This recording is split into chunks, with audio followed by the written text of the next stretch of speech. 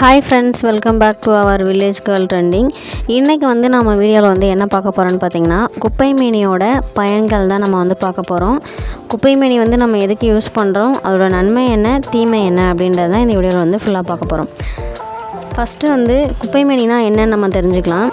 இது குப்பையில் தான் நிறைய வளர்ந்து கிடக்கும். இது நம்ம பயிரிட மாட்டோம், தானாகவே எல்லா இடத்துலையுமே வளர்ந்துருக்கும். இதோட ஆயுள் காலம் பார்த்திங்கன்னா 1 வருஷம். இதுக்கு ஏன் குப்பைமேனி அப்படின்ட்டு பேர் வந்துச்சுன்னு பார்த்தீங்கன்னா, குப்பை போல் ஆகிட்டதுனால நம்ம மேனியை அழகாக வைத்திருக்கிறதுக்கு உதவுகிறது. அதனால தான் இதுக்கு குப்பைமேனி அப்படின்ற ஒரு பேர் வந்தது. குப்பைமேனிக்கு நிறைய பெயர் இருக்குது. நம்மளுக்கு தெரிஞ்சது எல்லாமே குப்பைமேனி மட்டும்தான். இதுக்கு மற்ற பெயர் என்னென்னு பார்த்தீங்கன்னா, அரிமஞ்சரி, பூனை வணங்கி, இன்னும் நிறைய பெயர்னால குப்பைமேனி அழைக்கப்படுது. இது தோல் நோயை அதிகமாக குணப்படுத்துகிறது. அதிகமாக மருத்துவத்துக்கும் பயன்படுத்துகிறாங்க. இதனோட இலை, பூ, காய், வேர், தண்டு எல்லா பகுதியுமே மருத்துவத்துக்கு அதிகமாக பயன்படுத்தப்படுகிறது. அது மட்டும் இல்லாமல் இது தானாகவே வளரும் தன்மையுடையது. இதோட மருத்துவ குணம் என்னென்னு பார்த்துடலாமா? இப்போ மருத்துவ குணம் பார்த்திங்கன்னா, இது நம்மளுக்கு இருமல், விஷக்கடி, இரத்த மூலம், நமைச்சல், ஆஸ்துமா, மூட்டு வலி, குடற்புழு மற்றும் வயிற்று கோளாறு, வயிற்றில் உள்ள பிரச்சனை அனைத்தையும் இந்த குப்பைமேனி சரி செய்யுது. இது குப்பைமேனி இலையை நம்ம பொடி செஞ்சு தலைவலிக்கும் போது நம்ம இந்த பொடியை மூக்கில் தேய்த்தோம் அப்படின்னா தலைவலி சீக்கிரமாக நீங்கும் அப்படின்னு சொல்கிறாங்க. இந்த குப்பைமேனியோட மஞ்சள், உப்பு எல்லாத்தையும் சேர்த்து வச்சு அரைச்சி நம்ம தோல் வியாதிகளுக்கு போட்டால் இந்த தோல் வியாதி சீக்கிரமாக குணமடையும். அது மட்டும் இல்லாமல் வயிற்றில் இருக்கக்கூடிய குடற்பூச்சிகளை நீக்கக்கூடியது.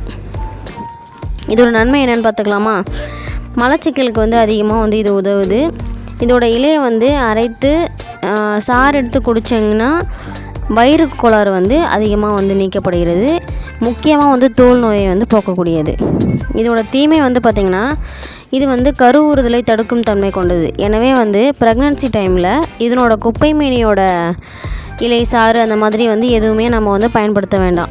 அது மட்டும் இல்லாமல் குளுக்கோஸ் 6 டீஹைட்ரஜனேஸ் இதில் இருக்கிறதுனால இதில் சுகர் பேஷண்ட் இதை தவிர்த்துடலாம். நம்ம இப்போது சித்த மருத்துவம் அப்படின்னு எடுத்துக்கிட்டோன்னா சித்த மருத்துவம் மட்டுமே எடுத்துக்கணும்.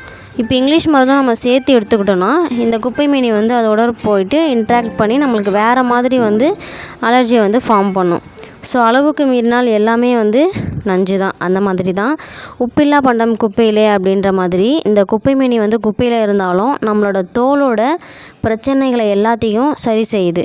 ஸோ இந்த குப்பைமேனி யூஸ் தெரிஞ்சுக்காதவங்க இதுக்கப்புறம் தெரிஞ்சு குப்பைமேனியை பயன்படுத்துங்க. இதனுடைய யூசஸ் நம்மளுக்கு லைஃப் லாங் ரொம்ப பெனிஃபிட் கொடுக்குது. அது மட்டும் இல்லாமல் இப்போ குப்பைமேனியில் நிறைய பேர் சோப்பு செஞ்சு பயன்படுத்துகிறாங்க. எப்படின்னு பார்த்தீங்கன்னா, குப்பைமேனி இலையை எடுத்து அதில் நம்ம சாறு அரைச்சி வச்சுக்கணும். தண்ணி சேர்க்காமல் சாறு அரைச்சி வச்சு தேங்காய் எண்ணெய் இருக்குங்க இல்லையா, தேங்காய் எண்ணெயை வச்சு காய்ச்சி இந்த இலைச்சாரையும் வச்சு நம்ம காய்ச்சிக்கிட்டே இருந்தோன்னா அது ஒரு பதத்துக்கு நம்மளுக்கு கிடைக்கும். இது கூட நம்ம என்ன ஆட் பண்ணணும்னு பார்த்தீங்கன்னா, சோப்பு பேஸ் நம்ம ஆட் பண்ணணும். உங்களுக்கு ஃப்ராக்ரன்ஸ் ஏதாச்சும் வேணும்னா நீங்கள் அதை ஆட் பண்ணிக்கலாம். அந்த மாதிரி ஆட் பண்ணி நம்ம ஒரு மோல்டில் ஊற்றி சோப்பு தயாரிக்கும் போது இதனோட குப்பைமேனியோட சோப்பு நம்ம யூஸ் பண்ணும்போது தோல் சம்மந்தமான பிரச்சனைகள் எல்லாமே நீங்கும். ஸோ கண்டிப்பாக யூஸ் பண்ணி பாருங்கள். மீண்டும் ஒரு அடுத்த மருத்துவ பயனோடு நம்ம சந்திக்கலாம் ஃப்ரெண்ட்ஸ்.